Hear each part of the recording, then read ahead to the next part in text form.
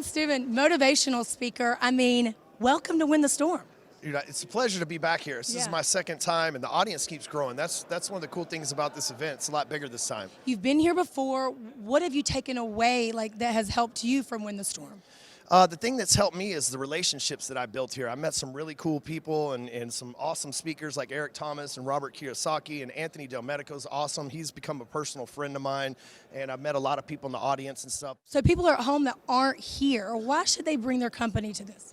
Because you have guys like Eric Thomas, you have guys like me that come and actually teach you how to strategically stay motivated and inspired. It doesn't matter what business you're in. I think that that's the great thing about these events. They're never just centered around one thing. While this is a niche industry, the things that you learn apply to everybody. Love that. Thank you so much, Ryan. Yeah, absolutely. It's my pleasure to be here.